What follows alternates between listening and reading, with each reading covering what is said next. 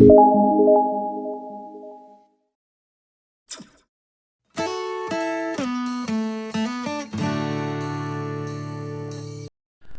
and Restore YouTube channel ngai na ana angel te tunga masan ki pa thu kahon ge na hiya pasal khalli atanu naw pangchik to kisaya ithei diwa poimo kasak bangza hiya mama to te hoi takin shoot khom le chia hiya video hong ki koi hiya hi a hi igen ut pen tak igen ma in athu akimu khak le thei khak dan igen masading ni tak dak kwa nungin WhatsApp group khata hiya pa ta telim leinwai a agya na u kamkha kalung sim a khoi pet mai ni tak sot nung hi kele vazon hiya ka adin munu hoi taka vathei kalungul pet ma hi ana thei bai zadewa olmo mi hun khoble omwa hen khatin naw pangnu nek thei mandi chi in sumbang vapiawa nek thei vapia bang le omwa apa va holim pia adin munu hoi taka vadong chiang pol bang le omu hi tuni det som lali march sangni le somni lali in jingkalan ne khitin kenle kawazonga selmat hospital kyanga leinwaya patina leite kaban etsuka leikamu teng kaban etsukin tuibuang lamtan kawatung suka hi bizang sung lamle kawa wakwal pheya tidim rota kongtai khesuk nona muzaw lawin in lam ka kik mai katun khit nung sol lawin KWOHR Kuki Women Organization for Human Rights kichiten naw pang nule apa amaw ana kiem ta wahi dan WhatsApp group a hongkil ko hinona lungwan huai kasa in kipa huai kasa pen ma hi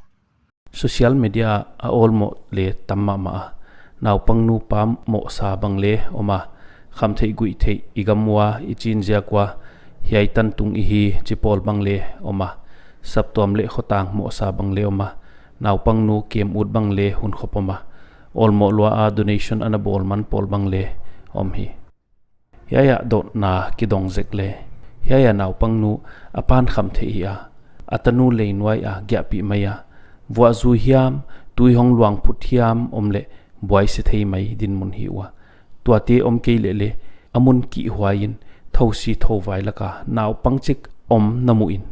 nalung sima bang hong pota apa mo sakhwai na sa hiya sut khom le chi hi hiya pasal pamin lammin lun ahia naw pangnu atanunu min ahi ale zem ahi hiya video clip apat lammin lun din mun tamlo thei thei hi lammin lun bel azi to ki hen ahi wa azine ma apat kham thei anahi hita ahi lammin lun bel taga chi ding ahi dia anu le pa ki henwa apan ji thak neya aji thak to apa khosa u chi dan ahi lammin lonin apa lamte thei nei khollowa anua lamte chu thei he atanu le lammin lonin api le pu anu nu le pa kyanga an om sak khangi chi dan ahia hile le api le pu ten natanu je jem hong pi khia in cha asap sap ja kwa lammin lonin atanu wala a om na om pi mai hidan ahi hiai video clip a ki gen khalo midang atheite apat ki zadanin azile naw pangchik kumsom lenga lakvel mi di in gen uhi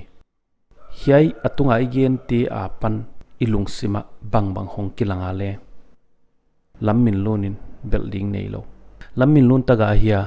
atanu le taga hong hinona lammin lonin apa lamte abel theilo kya hiloin anu alamte le bel thei ding nei tuan lo hi api le puna tomin atanu anakem ulo ahi changwa aman kham the hi koma leinwai khonga gyaka atanu khosak pi mai chu hi ahi nu le pa ki khen lowa hoi taka lammin lon anakem to hi leu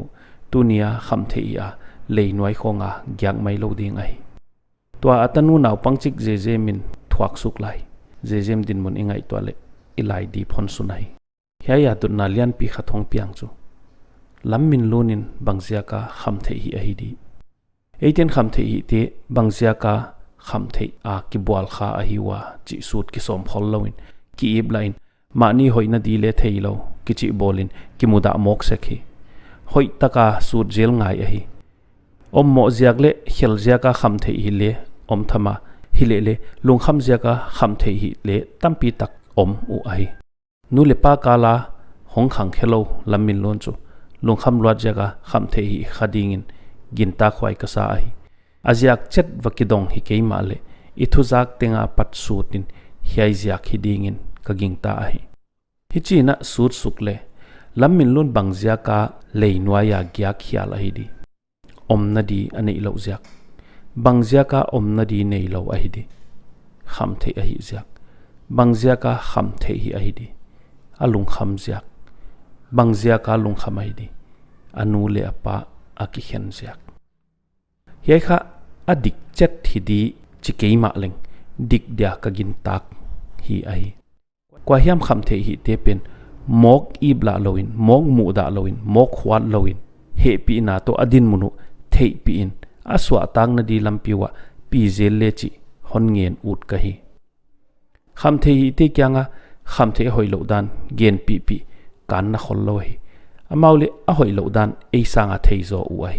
a hi tu amau hi changwa hoi lo a hi dan thei lo te lu a hi tai ek le phatuam tuan lo hi tutpin a kham the hi zia khong sut pin bang chile ngol zo di a hi wa chi te sut pi le phatuam zo thamai kham the hi te laka thugen dia khatve BYF Central lam katen hon chal laiun mo sakna kampau khat le jang lo in thu ka wagiana program zo in ka thugen ne thei lo a hi danu hon gen sau sau he kham the hi te kha thei siam na le it na to kalswan pi poimo pet ma hiu ai kham the hi la ki pung deuh deuh rehab center ten le sumdon na di dan kya a ngai sun lawin it na to rehab center hongle aga hia mu ding tam di ai sumdon na dana jang lawin pathian gam na sepna in jang le chi de huai ma mai kham the hi rehab center a omte a in kwantian vavia nek le don di tamlo ava piak na sanu rehab center ten analep guk sak gui chi khong chu poi lama mai tunin donnalian pi kon nur sia tu ta hi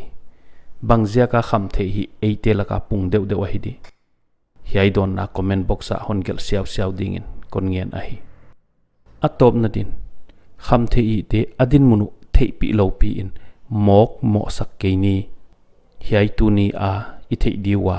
i de pen hi a hi video ahong ki bol na san le hiai a hi kham the hi te adin munu thei pi lo pi in a kham the hi na sia ku thei lo pi in